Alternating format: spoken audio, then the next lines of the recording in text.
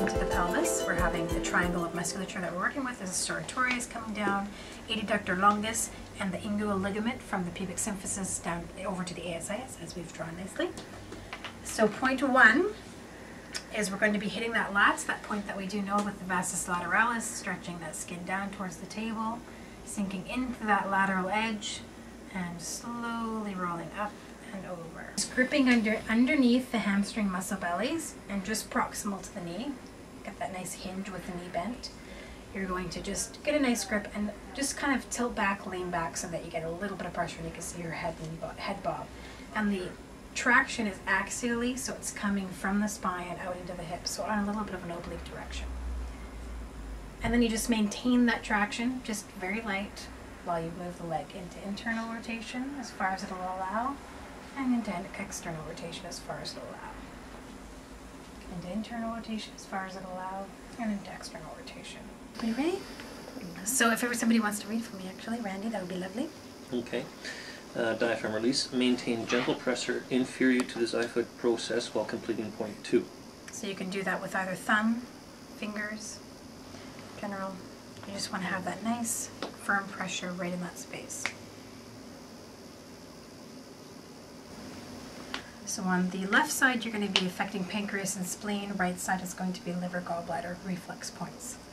And also just freeing up the intercostal space. And that's also going to allow for more lateral costal breathing.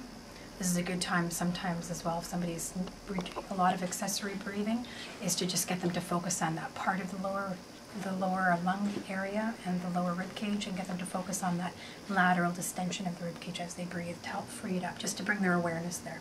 That's good. And that's it. You really feel the clicks. Flicks. Click and click. So you can get a nice rhythm with this one. And it's more fascial tissue and spreading the whole tissue of the neck than it is really specific, trying to grind the muscle fibers of the SCM. And that's it, it's complete. To be fine, do the lambdoidal suture, which is separating the occiput from the parietal bones. And we're going to be moving along the sagittal suture, which separates the parietal bones, until we hit the coronal suture between the frontal and parietal bones. So we'll just imitating it first on the skull here for a little bit of visual, stretching the skin back, and it's very light pressure because it's just working with the fascia of the scalp, and just stretching the skin, sinking in a little bit, and it's an anterior flick. Cup into the head, find that spot right through the center of the head, and nice little flicks.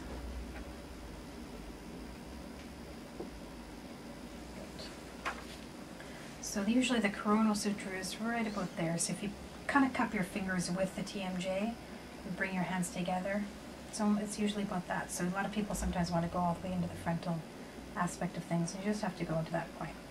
So just on the top of the head.